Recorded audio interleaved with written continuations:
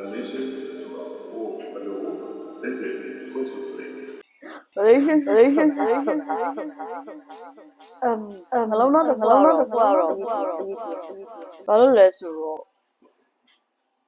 အချစ်တွေအကုန်လုံးကနှလုံးသားစီကနေပဲလာတာလူတွေဘယ်လိုလဲတော့မသိဘူးကိုရီးယားတော့သူ့ရွေးချယ်ခဲ့ရနှလုံးသားတစ်ခုတည်းပဲရွေးချယ်တနေ့ဟာရမပါplus တော့တစ်ခုရှိတယ်အဲ့ဒါပါလဲဆိုတော့mutual respect အတိကကိုယ့်ရဲ့ကောင်းခြင်းဆိုခြင်းကိုဝေဖန်နေတဲ့လူမဟုတ်ရဘူးပြီးတော့ကိုယ့်ရဲ့ပြီးခဲ့တဲ့အချိန်တွေကိုပြန်ပြီးမှလိုက်ပြီးမှတူးဆွနေတဲ့လူမဟုတ်ရဘူးအများတူးဆွပြီးအနာယူတဲ့လူမဟုတ်ရဘူးပြီးတော့ personal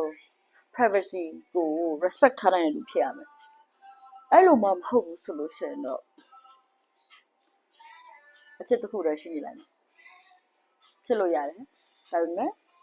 partner ဖြစ်လို့မရဘူးpartner ဖြစ်ဖို့ဆိုလို့ရှိရင်အဓိကဒါလေးရှိရမယ်အရှိပဲ